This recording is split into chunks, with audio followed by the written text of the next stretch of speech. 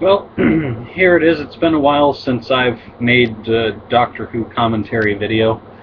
I've had a few attempts, but they just haven't worked out, so hopefully this one will.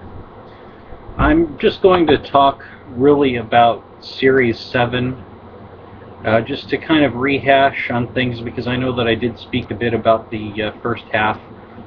The episodes Asylum of the Daleks up through Angels Take Manhattan, they were all right. I've already given my rating on them, so I'm not going to really get back into that. But, it was good to see that we finally saw an end to Amy Pond, because I just think that she was a character that was played to death. She wasn't a bad character, but she got drawn out, and honestly, there, there are just different problems with her overall being on as long as she was, I think. Characters are each unique in terms of how long they can really last and be a good character. I don't care what companion it is, eventually it becomes time for them to move on, and she was past that point. Starting with the Christmas episode, The Snowmen, I really enjoyed it. It was good seeing the Great Intelligence come back into things, and I loved that it was a prequel to The Abominable Snowmen. It was really good that way. But I've discussed that as well, and I can answer any questions if I didn't answer them in my other video, and assuming that you have any. But we'll move on from there. Let's go into the second half of Series 7. And just a quick side note, let's hope that the rumors that I'm hearing are true, and that starting with Series 8, it's going to all be put back together, no more of this split-year crap. Anyway, The Bells of St. John was a great pickup, and it was a sequel both to The Snowmen and really to everything with the Great Intelligence. I enjoyed it. It had a very good pace to it overall. It was an excellent introduction for the newest version of Clara. Then we get to the Rings of Akhaten. And the Rings of Akhaten had its good points, but by and large it really was a letdown. The solution was just really not that great. And on top of it, this is supposed to be science fiction.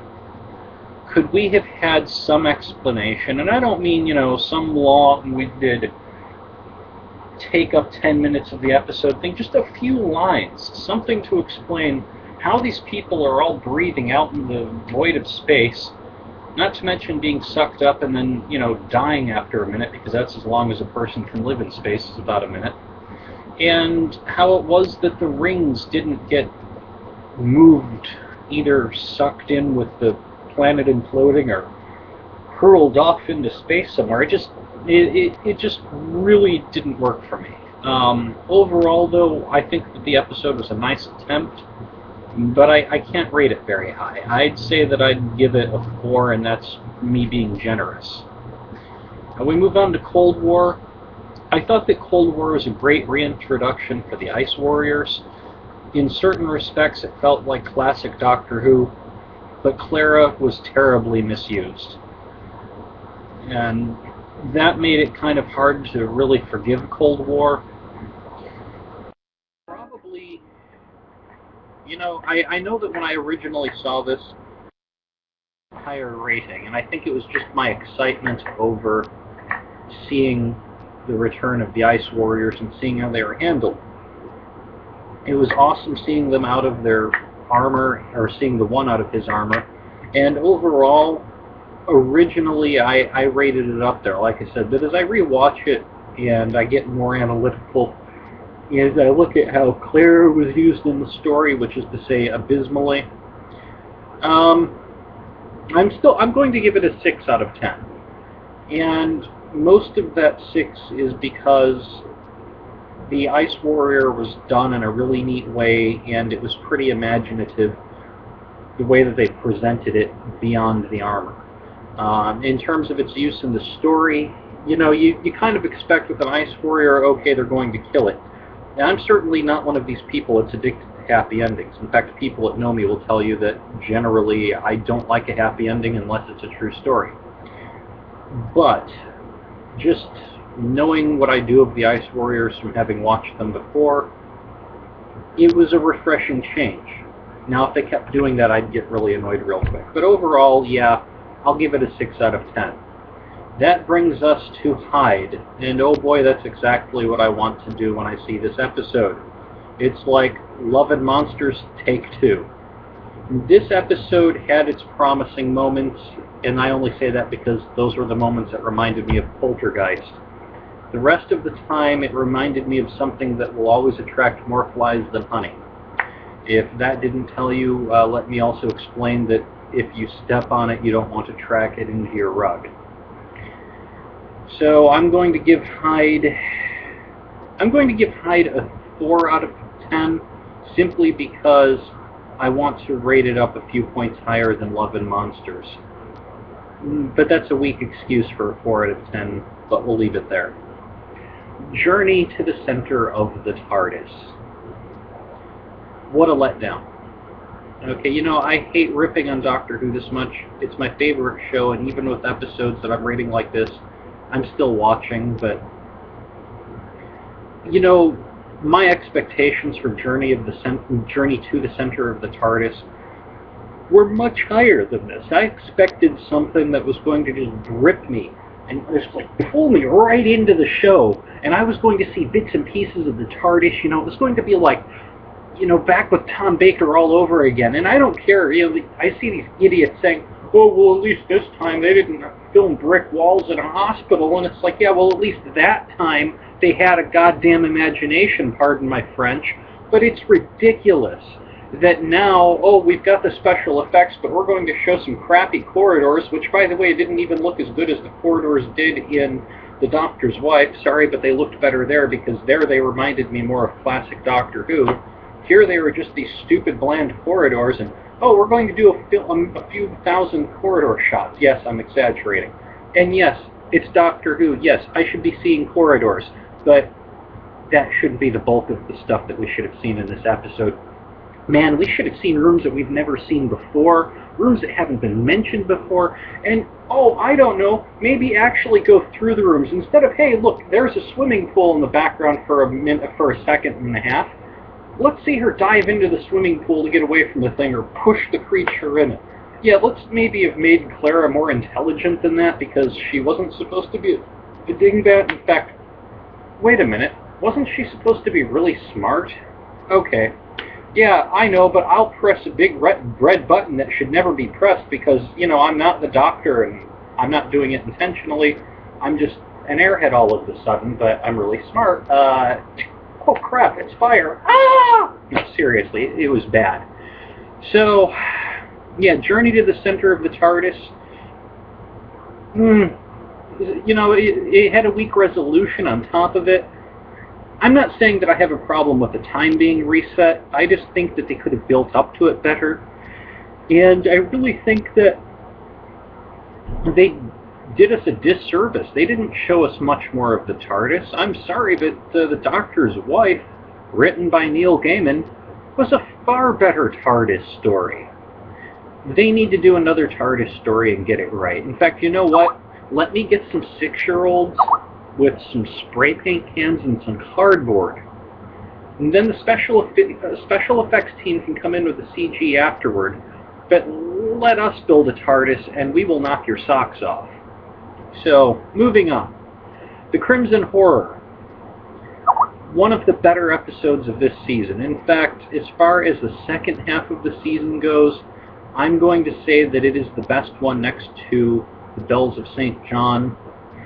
I'm not counting the snowmen in this because even though I know it's technically part of the season, it's a Christmas episode, those are never really part of the season. So, otherwise I'd put the snowmen as best. As it is, I'm going to say that The Bells of St. John and The Crimson Horror, they're not really tied. The Bells of St. John still gets a higher rating in my book, but The Crimson Horror was pretty good. There was something that annoyed the hell out of me. The rocket, okay, why didn't anyone burn to death when this thing flew? Could we have at least had an explanation to cover it? Nope, no explanation. Now, here's the other thing, and this part's not a complaint, it's an observation, but it could easily become a complaint. How did they know how to build a rocket? This is never explained. If they want to say that the parasite told her, and they never really directly say this, okay, well then how did the parasite know? Now, there was a brief line where the doctor said something about the parasite having help. If that's the case, I'm guessing the great intelligence. It's a guess. We need to see. But if we don't find something in the episode Name of the Doctor that explains it and they just let it go, then I'm going to have to come back and say that the Crimson Horror gets knocked down a couple points. As is, right now, despite my problem with the rocket firing, because, hey, you know what? You have to suspend disbelief a bit. I'm going to give this one an 8 out of 10, for now. Now, this brings us to the fact that we're waiting on Nightmare in Silver, once again written by Neil Gaiman. Once again, something to which I look forward. And it's going to be the Cybermen treated right. And if it weren't Neil Gaiman, I wouldn't be believing these promises, considering how many other promises have been broken and how many dreams have been shattered by Stephen Moffat. I'm thinking immediately of the 50th anniversary that we might as well call the 7th-year anniversary. There is no classic Doctor showing up unless they have managed to pull the wool over our eyes. And damn it, they had better have pulled the wool over our eyes. Otherwise, Vil is going to have the problem. And I don't mean the problems that I already have, for those of you that know me. Oh, no. I mean such a laundry list of problems that there is going to be an endless cycle of death. And this is not a threat for me. Let me explain. This is because I'm going to freak out so bad that I'm going to have to go see a shrink.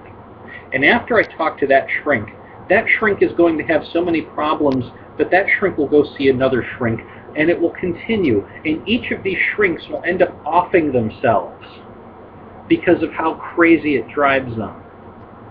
Okay, maybe I'm being a bit silly here, but the fact is, I have a lot of concerns about the 50th anniversary. And leading up to it, we only have Nightmare in Silver, and then the Name of the Doctor. I'm not going to say that Nightmare in Silver had better be good, because I know that it will be good. But the Name of the Doctor makes me worry, especially since Stephen Moffat wrote it, and it seems to me that Stephen Moffat is a great story writer until he gets the reins of the show. And that feels weird coming from me because I loved his other work, such as Coupling. In fact, Coupling is one of my favorite UK comedies ever, except for that crappy last season that didn't have Jeff Murdoch. And it was like they just tried too hard and it didn't work. So, Stephen Moffat, if you watch my video, just tell me one thing. Can the Doctor defeat the Melty Man? Inquiring minds want to know. And damn it, this had better be a very good ruse on your part. If it turns out that we do get the classic Doctors, I still can't forgive certain things that Moffat has screwed up, because it would be dishonest. But I will happily eat my words, or at least the words that I am about to say. I believe that Stephen Moffat is laughing his way to the bank, is so full of himself that he has deluded himself into realizing that he's hurting a show that he genuinely loves. And yes, I do believe that he is a genuine fan.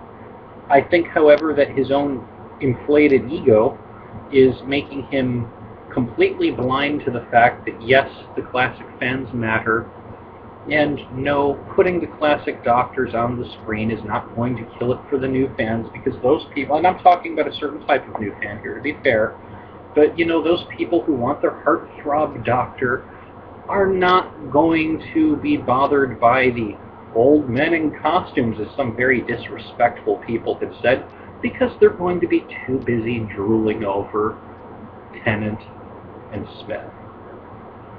So let's be honest about that. You know, we have the survivors of the classic era, Tom Baker, Peter Davison, Colin Baker, Sylvester McCoy, Paul McGann. I know technically Paul is your in-between Doctor, but let's call him a classic Doctor. You know, he's still kind of part of that generation, as it were, and the idea that we would not put them on the screen is absolutely criminal. And I shouldn't say we, because those of us who are real Whovians, and those of us who will eventually be introduced to classic Doctor Who are all saying the same thing, or will say the same thing. It is absolutely asinine not to put the people into the show who carried the torch to get it where it is now. And to not have those doctors appear in and be a significant part of the 50th anniversary is a spit in the face of every Doctor Who fan. It just really boggles my mind that Stephen Moffat can take himself seriously when he says that they don't matter and that we need to move on and do new things. Yes, there's some truth in this. We do need to move on, we do need to do new things. But that doesn't mean that you just abandon what came before and made it great. You don't disrespect the people that basically, Stephen Moffat, are why you get a paycheck on this show, because if they didn't do their part and make the show what it is and make it so beloved by the fans, you would be show running something else, and it wouldn't be nearly the moneymaker that is Doctor Who. So Stephen Moffat, if you have any respect for yourself, since you've already done some last-minute crap after Christopher Eccleston pulled out, get the classic Doctors on there, and for more than just, some quick flash, oh look, I showed you the classic Doctors. And Stephen Moffat, if you've pulled the wool over my eyes, I will personally hunt you down to shake your hand. Until then, I am cringing at the thought of the 50th. John Hurt's a great guy, he's a terrific actor, but I don't want him to be in place of Christopher Eccleston, and I really don't want him to be the only other Doctor that we get to see other than David Tennant and Matt Smith.